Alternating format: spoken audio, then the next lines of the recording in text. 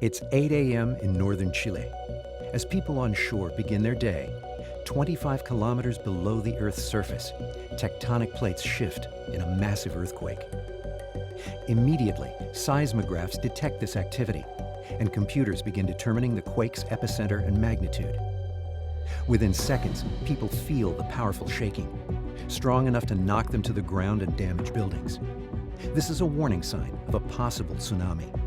Without waiting for an official tsunami warning, people start evacuating to high ground or the top floors of tall buildings. A tsunami is a series of potentially deadly ocean waves created by a powerful undersea earthquake that can last for hours. 76% of the world's deadly tsunamis have occurred in the Pacific Ocean. In 1960, a magnitude 9.5 quake off Chile's central southern coast caused a tsunami that claimed lives across the Pacific Ocean. Sensor data from a global network is continuously transmitted to the tsunami warning centers in Chile and Peru, as well as the Pacific Tsunami Warning Center, PTWC, in Hawaii, where duty officers assess the tsunami threat. The PTWC serves as the operational headquarters for the International Tsunami Warning System for the Pacific. The PTWC analyzes data and issues tsunami threat advice for countries throughout the Pacific Ocean. This information is vital for nations that are too far away to feel the earthquake, but may be in the tsunami's path. The Pacific Tsunami Warning and Mitigation System is coordinated under the UNESCO Intergovernmental Oceanographic Commission.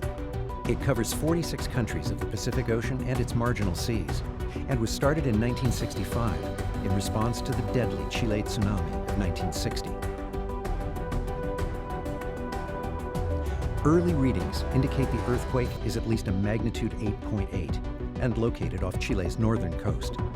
Later readings will ultimately show it to be 9.5. This shallow undersea earthquake creates a giant tsunami. Officers at the tsunami warning centers in Chile and Peru issued tsunami early warnings to all coastal towns in the vicinity. The tsunami is expected to arrive in as little as 10 minutes in Chile and 45 minutes in Peru. Emergency responders and news organizations act on the tsunami warning and immediately announce the evacuation. The PTWC completes its initial earthquake analysis and issues the first tsunami threat bulletin to all countries in the tsunami's predicted path. Officers from the PTWC call the tsunami warning centers to advise them on their forecast. Some countries have their own tsunami forecasting capabilities, while others rely on the PTWC's tsunami advisory services.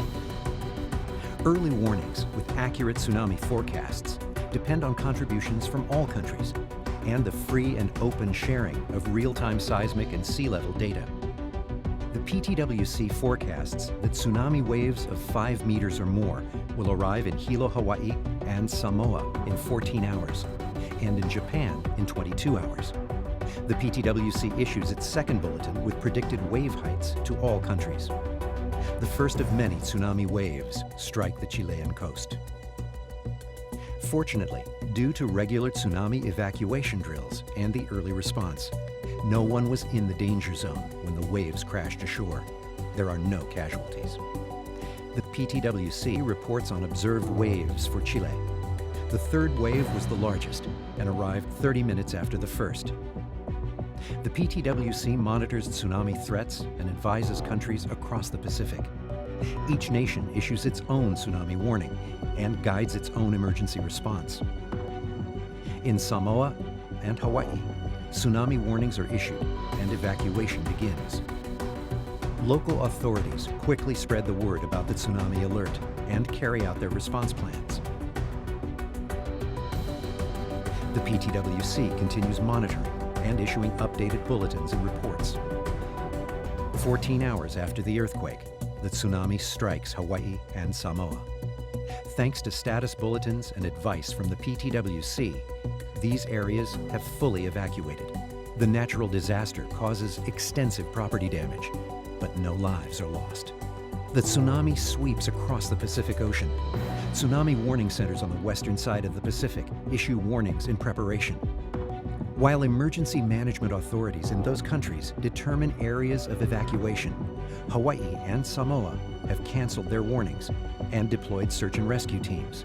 Chile and Peru begin the process of digging out from their earthquake and tsunami damage. This scenario was fictional and meant to illustrate how all the elements of the Pacific Tsunami Warning System work together to save lives across the Pacific in the event of a tsunami. The Pacific Tsunami Warning System is an evolving system that saves lives.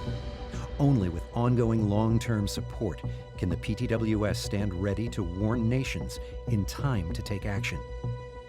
No one knows when and where the next deadly tsunami will occur, but we must remain prepared, for it could happen today or 50 years from now.